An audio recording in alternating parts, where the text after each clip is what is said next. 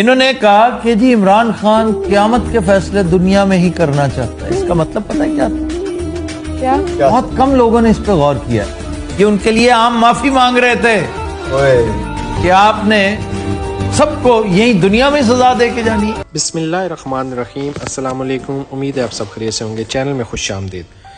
ناظرین، آج دن بھر سوشل میڈیا میں واٹس ایپ گروپس میں قاسم علی شاہ کے حوالے سے دوبارہ جو تھی پوسٹ وہی وائرل رہی.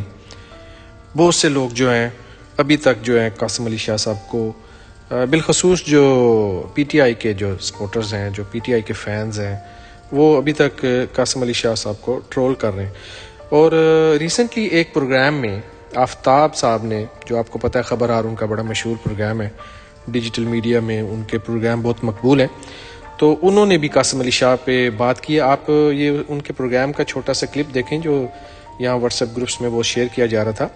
اور یہاں پہ اگر ابھی تک آپ نے چینل نہیں سبسکرائب کیا، چینل سبسکرائب کر لیں، لائک کا بٹن دبا دیں. انہوں نے کہا کہ جی عمران خان قیامت کے فیصلے دنیا میں ہی کرنا چاہتا ہے. اس کا مطلب پتہ ہے کیا تھا؟ بہت کم لوگوں نے اس پہ غور کیا کہ ان کے لیے عام معافی مانگ رہے تھے کہ آپ نے سب کو یہی دنیا میں سزا دے کے جانی. ان ادر ورڈز کہ آپ کو کس نے ٹھیکیدار بنایا احتساب کرنے والا؟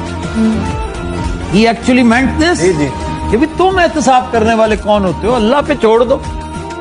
اگر یہ سب کچھ صرف اللہ پہ چھوڑنا ہے تو پھر تم دنیا میں کرنے کیا آئے ہو؟ یہ کتاب ایک معروف کتاب ہے، نئی کتاب ہے لیڈرشپ کے نام سے.